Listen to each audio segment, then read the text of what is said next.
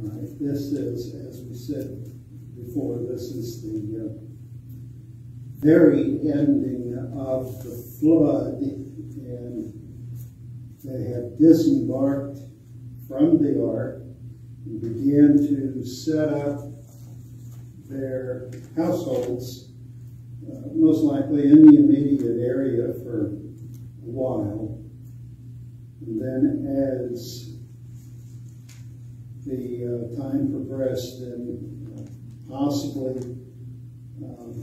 the three sons then, after they started having families of their own, began to move out in other directions, and probably every direction at one time, or in every direction they could at one time, being that there were three of them, three families. We do know some things from the Bible and some things from geography and history about where they went and where they set up their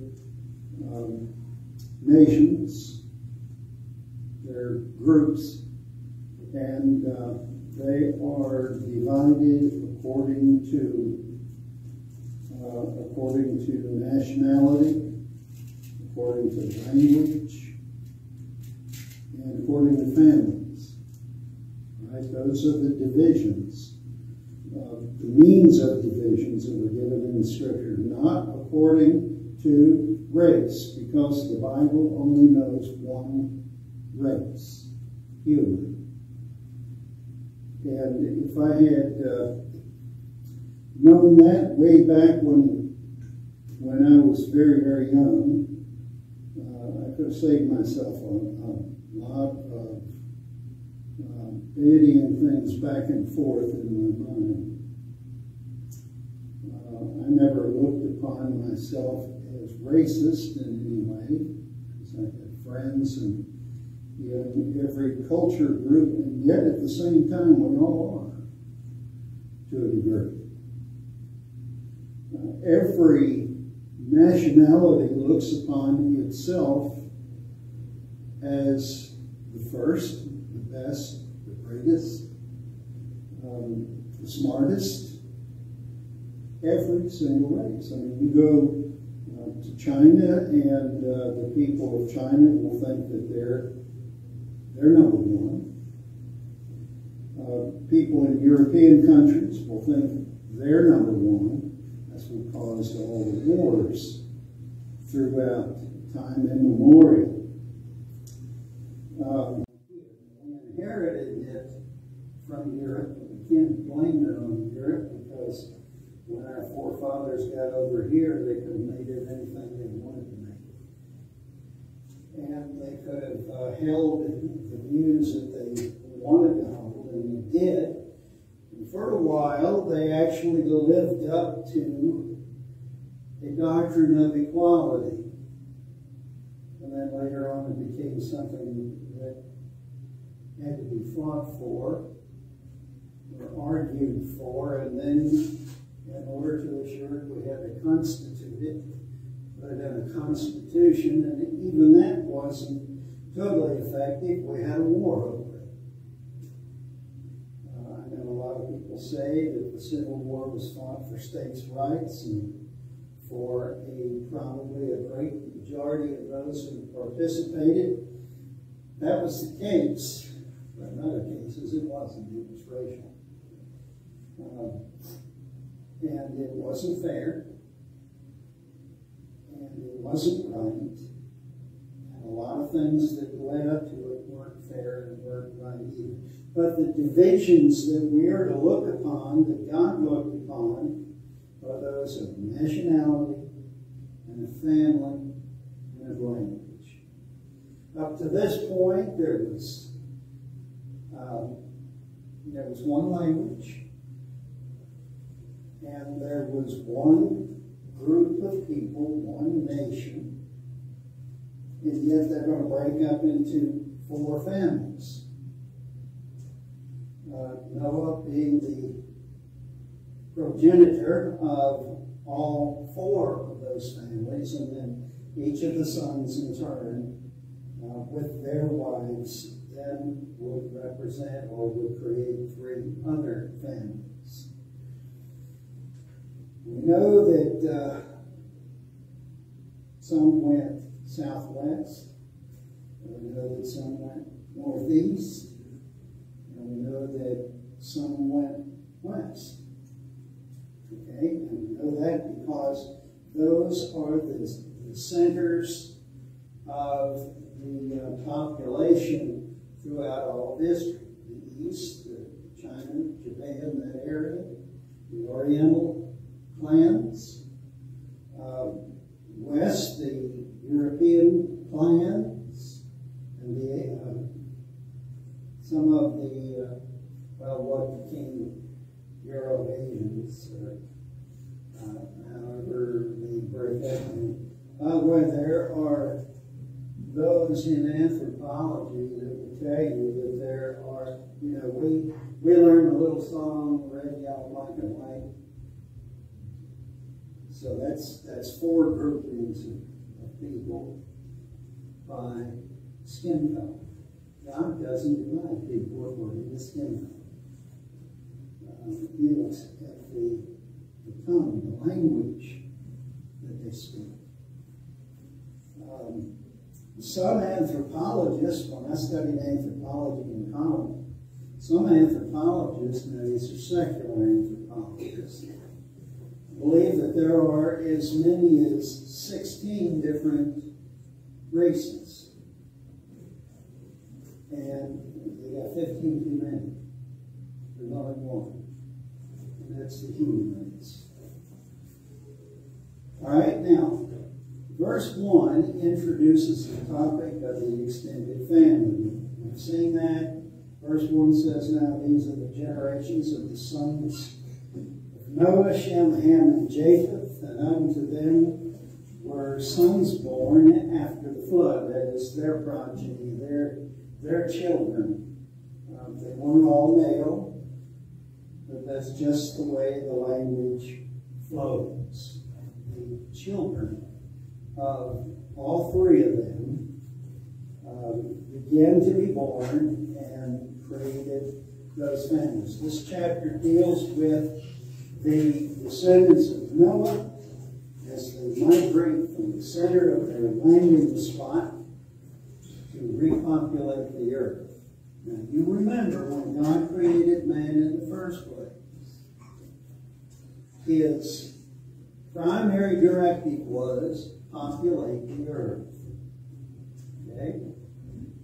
When he sent Noah to build the ark, his primary directive for them when they left the ark was to populate the earth, them and all the animals that were on the ark. Now, we could get into how many animals we presume were on the ark. Not as many as you might think, because all the species in existence today were not in existence. They were the primary creatures, the primary animals in each group according to kind. And those kinds then, when they reproduced according to their kinds. So there'd be some there that looked and acted exactly like the parent animals. And then there would be others over the passage of time that would begin to change. They'd lose some of the DNA that the original parents had or the original animals had, and there would be a change. That's called mutation. Mutations are always the loss of genetic information, never building new genetic information. Now, let me just throw this in there. In order for evolution to be true, genetics would have to work backwards. They would have to create genetic information in order to make different, to produce different animals that were not part of the original kind. Every animal that we have on earth today is descended from one of the original kinds. And that includes dinosaurs. There were probably 50 to 60 or 70 species of dinosaurs, but they were all dinosaurs. They were reptiles that had feet and walked the earth. Land animals. Well, then in verse 2, it enumerates the sons of Japheth. And we go from the big picture, Noah and his sons and the beginnings of their families, and we get down here to verse 2, verses 2 to 5, we're dealing with one particular family. And if you still have that paper that I passed out to you last week, you will notice that there were some names that I highlighted and others that I didn't. The ones that I highlighted are those that are more familiar to us because they keep popping up throughout all of Scripture, especially in the Old Testament, and they pop up in history in ways that we may or may not recognize. And so we start out with the sons of Japheth. Their descendants will be named among the important nations of later events. A lot of them will be the sons of Japheth. Gomer, and Magog are the first two it mentions. Madai and Jacob are the next two it mentions. Tubal and Meshach and Titus are the next three. Now, just as it is our custom in these days to settle a town or a village and name it after us, our family do. The town I'm from used to be Elizabethtown, Maryland, because Jonathan Hager, who founded it, named it for his wife Elizabeth. After his death, the townspeople changed it to Hagerstown, because Jonathan Hager was the founder. Up the road from us was Williamsport, named for the Prince of England, William. In Fredericksburg was named for Prince Frederick. Okay? So on and so forth. We find names like that all over the place. And we know why. We understand that there was somebody with that name. Until you get to Virginia, Minnesota, that one's a little confusing. The founder of that town was from West Virginia. And so he named the town Virginia after West Virginia. But same thing held true there. The descendants of Gomer were all in one central place in Central Europe, which today we know as Germany. All right? Magog settled in and around the Caucasus Mountains. You remember that name because of Ezekiel 38 and 39. In the land of Magog. Rosh, chief prince of the land of Magog. And it goes on to talk about two major places within the land of Magog. By the way, that's Russia. Prince of Rosh is Russia. In the land of Magog. And Tubal and Meshach are mentioned. Again, two more sons of Japheth. Tubal is east and Russia. And Meshach is on the west. They are the east and the west capitals of Russia. Tubal and Moscow. Okay. Ezekiel 38 and 39. We'll find every one of those names in Tyrus' descendants became the land of Tyre. Remember Tyre and Sidon were two names that are the towns that Jesus mentioned worthy of judgment. The sons of Gomer are Ashkenaz, Repha, and Togarmah. Togarmah is the area known as Asia Minor, Turkey, or Anatolia, the old mess. Ashkenaz, in the late 17 and early 1800s, a lot of Jews who were escaping persecution left Europe and other countries for the United States. Those who came here from Europe were called Ashkenazim, or the descendants of Ashkenaz. They were the European, more liberal-minded Jews. Okay? We have Tarshish, the sons of Jabin. And we're getting into the grandsons of Jabin. We have Jabin and Elishash and Tarshish, and Kiram and Gideon. Tarshish is also mentioned in Scripture several times, and again over Ezekiel 38 and 39, which is a very important passage for us to understand the end times. Okay, and Tarshish and her young lions. Now, it has been identified in different ways by different people, but generally, Tarshish is thought of as being the British Isles, what we know of today as the British Isles.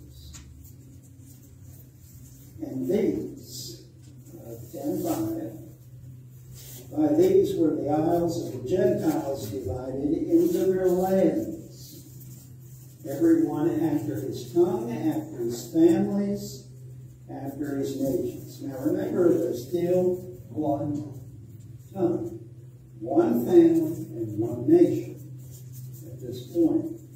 But this tells us that there are going to be some changes coming.